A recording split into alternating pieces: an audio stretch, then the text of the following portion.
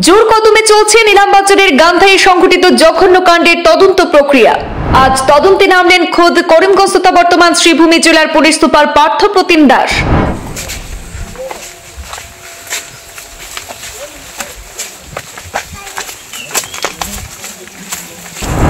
জঘন্যতম ঘটনার তদন্ত ভার নিজের হাতে নিয়ে ইনভেস্টিগেশন চালিয়ে যাচ্ছেন জেলার দাবাং পুলিশ সুপার।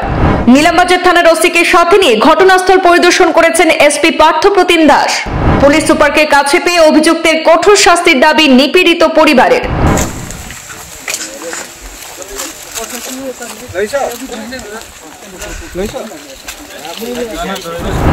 গত বৃহস্পতিবার নিলামবাজার থানা এলাকার গান্ধাই সংলগ্ন এলাকায় 50 ঊর্ধ্ব এক ভিন্ন ধর্মী ব্যক্তির মানসিক লালসার শিকার হয় এক যুবতী। ঘটনার খবর চাউর হতেই দেখা দিয়েছিল তীব্র উত্তেজনা। তাৎক্ষণিকভাবে পুলিশ সুপার পার্থপ্রতিম দাসের সরাসরি তদারকিতে ওসি নিশিরঞ্জন দে ঘটনার রাশ টানতে সক্ষম হন। আর সেই ঘটনার কয়েক ঘন্টার মধ্যে অভিযুক্ত ফরিজউদ্দিনকে গ্রেপ্তার করে অগ্নিগর্ভ পরিস্থিতিতে জল ঢেলে দেয় পুলিশ প্রশাসন। পুলিশ ফরিজউদ্দিনকে 2 দিনের রিমান্ডে এনে তদন্ত প্রক্রিয়া চালিয়ে যাচ্ছে। আর এই ঘটনায় পুলিশের সময় উপযোগী পদক্ষেপকে কুর্নিশ জানিয়েছেন উভয় সম্প্রদায়ের লোকজন।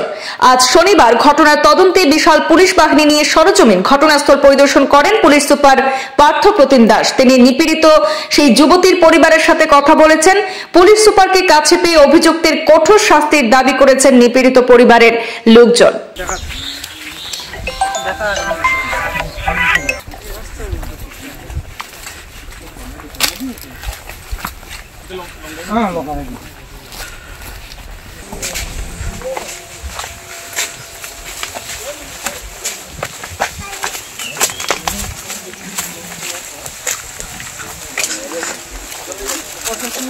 Lấy sợ.